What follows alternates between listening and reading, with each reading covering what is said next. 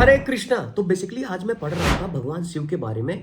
तो पढ़ते पढ़ते मैं पहुंचा कैलाश पर्वत। अब सोचो वो कैलाश पर्वत दिखता कैसे होगा। अगर मैं आपको कैलाश पर्वत के बारे में थोड़ी सी चीजें बताऊं, आपका दिमाग हिल जाएगा। वीडियो पूरा ध्यान से देखना, ध्यान से सुनना। पसंद आए तो अपने दोस्तों के साथ में जरूर शेयर करना।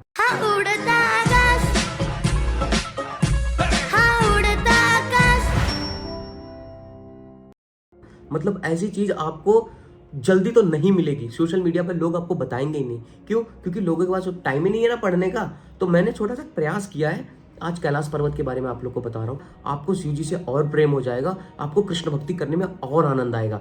तो मैं आपको कैलाश पर्वत के बारे में बता रहा हूँ कि ये श्रीमद् भागवतम में लिखा हुआ है, स्कंद 4 अध्याय 6 श्लोक नंबर 9। अब मैं पढ़ रहा हूँ, ध्यान से सुनते जाना।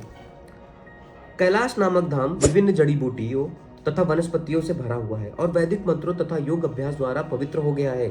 इस प्रकार इस धाम के वासी जन्म से ही देवता हैं और समस्त योग शक्तियों से युक्त हैं। इसके अतिरिक्त यहाँ पर अन्य मनुष्य हैं जो किन्नर तथा गंधर्व कहलाते हैं और वे अपनी सुंदर सुंदर स्त्रियों के संग रहते हैं जो अप्सराएं कहलाती हैं। ठीक है। कैलाश समस्त प्रकार की बहुमूल्य मणियों तथा खजानों धातुओं से युक्त पर्वतों से भरा हुआ है और सभी प्रकार के मूल्यवान वृक्षों तथा पौधे द्वारा घिरा हुआ है। पर्वतों की चोटियां तरह तरह के हिरणों से शोभायमान है। अब आगे और ध्यान से सुनना। वहां अनेक झरने हैं और पर्वत में अनेक गुफाएं हैं जिनमें योगी की अत्यंत सुंदर स्त्रियां रहती हैं, मतलब उनकी पत्नियां रहती हैं।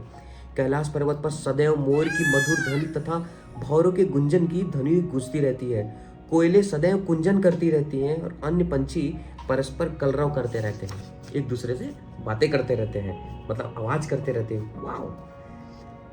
वहां पर सीधी शाखाओं वाले ऊंचे ऊंचे वृक्ष हैं जो मधुर पंछियों को बुलाते प्रतीत होते हैं और जब हाथियों का झुंड पर्वत के पास से गुजरते हैं तो ऐसा प्रतीत होता है मानो कैलाश पर्वत उसके साथ साथ चल रहा हो। जब झरने की प्रतिध्वनि सुनाई पड़ती है तो ऐसा प्रतीत होता है मानो कैलाश पर्वत भी सुर से सुर मिला रहा हो। कैलाश पर्वत अनेक प्रकार के वृक्षों से सुशोभित है। वहां पे कौन से वृक्ष हैं, ध्यान से सुनना। जिनमें से उल्लेखनीय नाम है मंदार, पारिजात, सरल, तमाल, ताल, कोविदार, आसन, अर्जुन, आम, जाति, कदम्ब, धूली कदम्ब, नाग, पुत्रांग, चंपक, पातल, अशोक, बकुल, कुंद तथा मुर्बक। सारा पर्वत ऐसे वृक्षों से सुशोभित है जिनमें सुगंधित पुष्प निकलते रहते हैं। मतलब वहां पे इतने सुंदर सुंदर पुष्प भी हैं। वहां अन्य वृक्ष भी हैं जो पर्वत की शोभा बढ़ाते हैं, यथा सुनहरा कमल पुष्प, दारचीनी, मालती, कुब्ज, मल्लिका तथा माधवी। ये कुछ पुष्पों के नाम हैं। कैलाश पर्वत जिन अन्य वृक्षों से सुशोभित है, अब वहां पे अभी और भी कुछ वृक्ष हैं, उनके नाम बताए गए हैं। वे हैं कट अर्थात कटहल, गूलर, बरगद, पाकड़, न्योघ्र तथा हींग उत्पादक वृक्ष हैं। उनके अतिरिक्त सुपारी, भोजपत्र, राजपुग, जामुन तथा इस प्रकार के अन्य वृक्ष भी हैं। मतलब सोचो वहां जामुन का भी वृक्ष है। वहां आम्र, प्रियाल, मधुक, महुआ। अब बहुत सारे जो यूपी बिहार से बिलोंग करते होंगे उनको पता होगा कि महुआ क्या है। ठीक है। महुआ तथा इंदुग, च्यूर के वृक्ष हैं। इसके अतिरिक्त पतले बांस, कीचक तथा बांसों की अन्य किस्म कैलाश पर्वत को सुशोभित करने वाली है। वहां कई प्रकार के कमल पुष्प है, मतलब वहां पे पुष्प का भी वर्णन हुआ है, यथा कुमुद, उत्पल, सतपत्र। वहां का वन अलंकृत उद्यान सा प्रतीत होता है। उद्यान मतलब बगीचा, मतलब वन सब प्रतीत होता है। और छोटी छोटी झीलें विभिन्न प्रकार के पंछियों से भरी पड़ी हुई हैं जो अत्यंत मीठे स्वर में चहचहाती हैं। साथ ही कई प्रकार के अन्य पशु भी पाए जाते हैं, यथा मृग, बंदर, सूअर, सिंह, रीछ, शाही, नीलगाय, जंगली गधे, लघु मृग, भैंसे इत्यादि, जो अपने जीवन का पूरा के पूरा आनंद उठाते रहते हैं। वहां पर तरह तरह के मृग पाए जाते हैं। अब कुछ मृग के नाम भी बताए हैं, यथा करणात्र, एकपद्र, अश्याक, वृक तथा कस्तूरी मृग।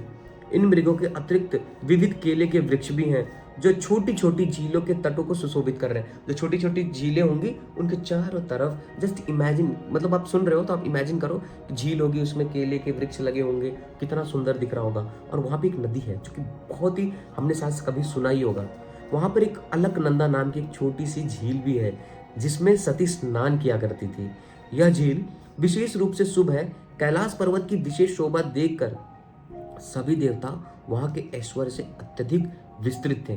सारे देवता जब वहाँ जा रहे थे तो उन्होंने एकदम चौंक गए। इस प्रकार देवताओं ने सैंदिक नामक वन में अलका नामक विचित्र सुंदर भाग को देखा। यह वन कमल पुष्पों की अधिकता के कारण सौंदिक्त कहलाता था। सौंदिक्त का अर्थ है सुंदर। तो इसीलिए हमें चाहिए रोज शास्त्रों का अध्ययन करें, तब हमें पता चलेगा कि हमारे शास्त्र हमें क्या सिखाते हैं, हमारे शास्त्र हमें क्या बताते हैं। मैं पढ़ रहा था, मुझे भगवान शिव के बारे में थोड़ा सा जानने का इंटरेस्ट है।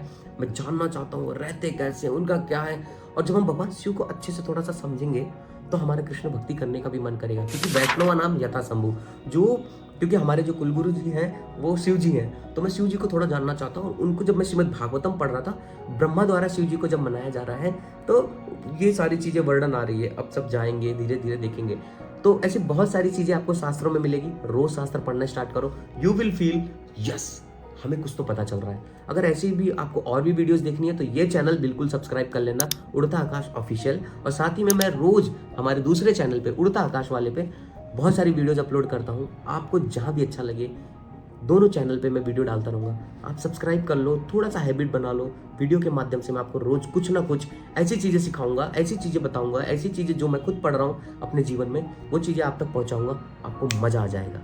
ठीक है, अगर आपने अभी तक ये वीडियो देखा है तो चैनल सब्सक्राइब कर देना। एक प्यारा सा कमेंट, आपको क्या कमेंट करना है? ओम नमः शिवाय, प्यारा सा कमेंट, ठीक है, कर देना। और फिर मिलते हैं नए वीडियो के साथ में। हरे कृष्णा, वृंदावन धाम की जय।